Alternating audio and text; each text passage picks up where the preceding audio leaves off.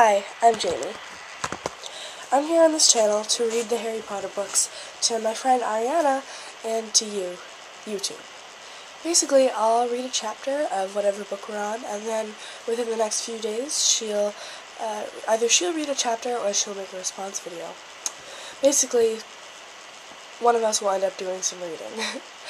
Now, even though the Harry Potter books and movies are over, we'll never stop reading and watching them. Older kids will never stop reading them to their younger siblings, and we'll never stop watching them when we're sick or at a sleepover. Hogwarts will always be there. There will always be Pottermore, and now there will always be these videos. So, now we've come together to share our Harry Potter reading experience with you. Now, I've read the books and watched the movies countless times, but she's never read the books, only watched the videos. So, that's why we're here. So, without further ado, The Boy Who Lived. Chapter 1 of Harry Potter and the Sorcerer's Stone by J.K. Rowling. The Boy Who Lived. Mr. and Mrs. Dursley of No. 4 Privet Drive were proud to say that they were perfectly normal, thank you very much. They were the last people you'd expect to be involved in anything strange or mysterious, because they just didn't hold with such nonsense. Mr. Dursley was the director of a firm called Grunnings, which made drills. He was a big, beefy man with hardly any neck, although he did have a very large mustache. Mrs. Dursley was thin and blonde, and had nearly twice the usual amount of neck, which came in very useful, as she spent so much of her time craning over garden fences, spying on the neighbors.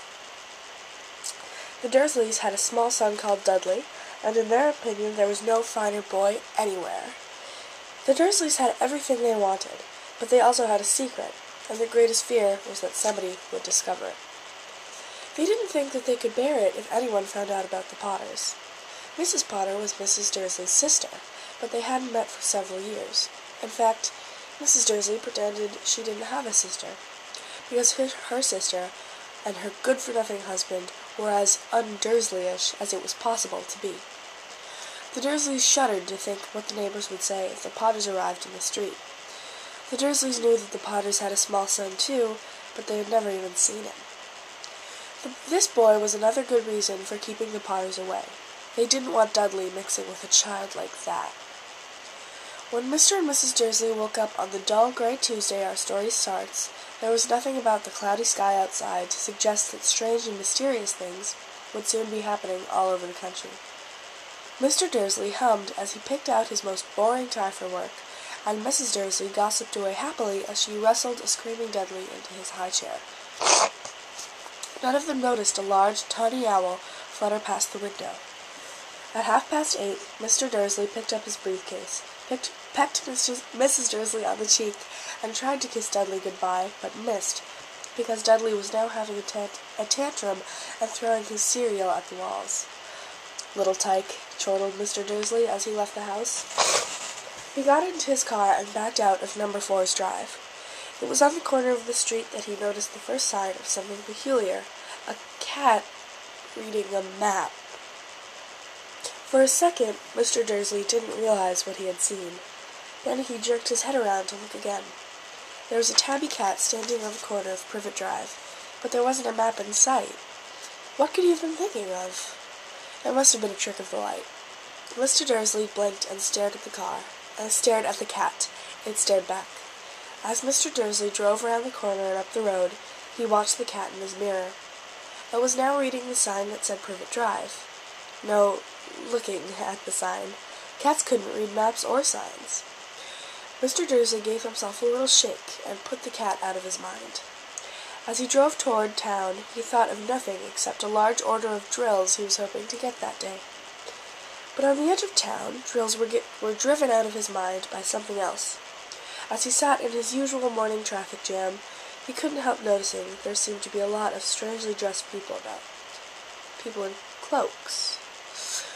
Mr. Dursley couldn't bear people who dressed in funny clothes, the get-ups you saw on young people. He supposed this was some stupid new fashion. He drummed his fingers on the steering wheel, and his eyes fell on a huddle of those weirdos standing quite close by. They were whispering excitedly together. Mr. Dursley was enraged to see that a couple of them weren't young at all. Why, That man had to be older than he was, and wearing an emerald green cloak. The nerve of him. But then it struck Mr. Dursley that this was probably some silly stunt. These people were obviously collecting for something. Yes, that would be it. The traffic moved on, and a few minutes later, Mr. Dursley arrived in the Grennings parking lot, his mind back on drills. Mr. Dursley always sat with his back to the window in his office on the 9th floor. If he hadn't, he might have found it harder to concentrate on drills that morning. He didn't see the owls swooping past in broad daylight, though people down in the street did. They pointed and gazed open-mouthed as owl after owl sped overhead. Most of them had never seen an owl, even at night time. Mr. Dursley, however, had a perfectly normal, owl-free morning. He yelled at 5 different people, he made several important telephone calls, and shouted a bit more. He was in a very good mood until lunchtime, when he thought he'd stretch his legs and walk across the road to buy himself a bun from the bakery. He'd forgotten all about the people in cloaks until he passed a group of them next to the baker's. He eyed them angrily as he passed. He didn't know why, but they made him uneasy.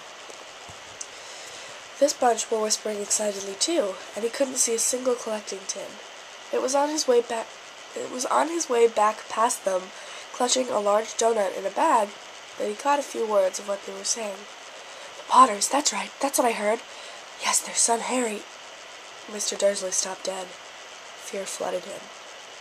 He looked back at the whispers as if he wanted to say something to them, but thought better of it. He dashed back across the road, hurried up to his office, snapped at his secretary not to disturb him, seized his telephone, and had almost finished dialing his home number when he changed his mind. He put the receiver back down and stroked his mustache, thinking, no, he was being stupid. Potter wasn't such an unusual name. He was sure there were lots of people called Potter who had a son called Harry. Come to think of it, he wasn't even sure his nephew was called Harry. He'd never even seen the boy. It might have been Harvey or Harold. There was no point in worrying Mrs. Dursley. She always got so upset at any mention of her sister. He didn't blame her if he'd had a sister like that. But all the same, those people in cloaks. He found it a lot harder to concentrate on drills that afternoon, and when he left the building at 5 o'clock, he was still so worried that he walked straight into somebody just outside the door. "Sorry," he grunted, as the tiny old man stumbled and almost fell. It was a few seconds before Mr. Dursley realized that the man was wearing a violet cloak. He didn't seem at all upset at being almost knocked to the ground. On the contrary, his face split into a wide smile, and he said in a squeaky voice that made passer-by stare, "Don't be sorry, my dear sir, for nothing could upset me today. Rejoice, for you know who has gone at last. Even muggles like yourself should be celebrating this happy, happy day." Oh my god, I should not do voices.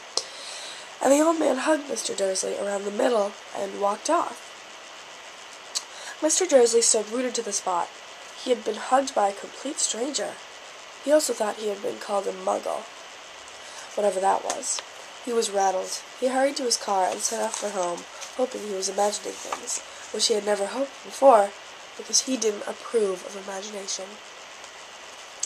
As he pulled into the driveway of number 4 Privet Drive, the first thing he saw, and it didn't improve his mood, was the tabby cat he'd spotted this morning.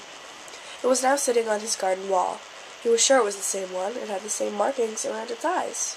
"Shoo!" said Mr. Dursley loudly. The cat didn't move. It just gave him a stern look. Was this normal cat behavior? Mr. Dursley wondered. Trying to pull himself together, he let himself into the house. He was still determined not to mention anything to his wife. Mrs. Dursley had a nice, normal day. She told him over dinner all about Mrs. Next Door's problem with her daughter and how Dudley had learned a new word. Won't. Mr. Dursley tried to act normally. When Dudley had been put to bed, he went into the living room in time to catch the last report on the evening news. And finally, birdwatchers everywhere have reported that the nation's owls have been behaving very unusually today. Although there have been hundreds of sightings of these birds flying in every direction since sunrise, experts are unable to explain why the owls have suddenly changed their sleeping pattern. The newscaster allowed himself a grin. Most mysterious. And now, over to Jim McGuffin with the weather. Going to be any more showers of owls tonight, Jim? "Well, Ted," said the weatherman, "I don't know about that, but it's not only the owls that have been acting oddly today. Viewers as far apart as Kent, Yorkshire, and Dundee have been phoning in to tell me that instead of the rain I've promised yesterday, they've had a downpour of shooting stars. Perhaps people have been celebrating bonfire night early. It's not until next week, folks, when I can promise a wet night tonight." Mr. Dursley sat frozen in his armchair. Shooting stars all over Britain? Owls flying by daylight? Mysterious people in cloaks all over the place? And a whisper about the Potters. Mrs. Dursley came into the living room carrying 2 cups of tea. It was no good. He'd have to say something to her. He cleared his throat nervously.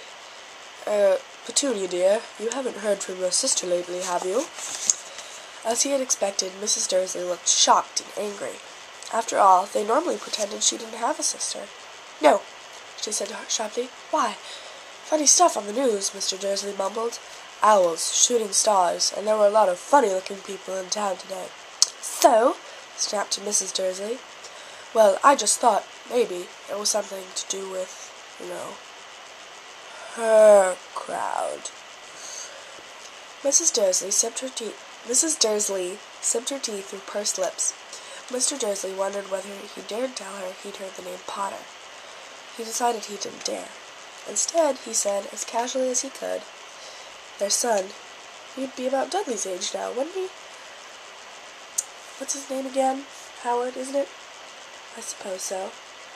"Harry. Nasty. Common name, if you ask me." "Oh, sorry, I switched those 2 lines around." "Oh, yes," said Mr. Dursley, his heart sinking horribly. "Yes, I quite agree." He didn't say another word on the subject as they went upstairs to bed. While Mrs. Dursley was in the bathroom, Mr. Dursley crept to the bedroom window and peered down into the front garden. The cat was still there. It was staring down Privet Drive as though it were waiting for something. Was he imagining things? Could all this have anything to do with the Potters? If it did, if it got out that they were related to a pair of... Well, he didn't think he could bear it. Okay, well, that is 8 pages, and the chapter is 18 pages, and that's already really long already. So I'll upload either later today or maybe tomorrow with the second half of the chapter. I hope you enjoyed it. Bye!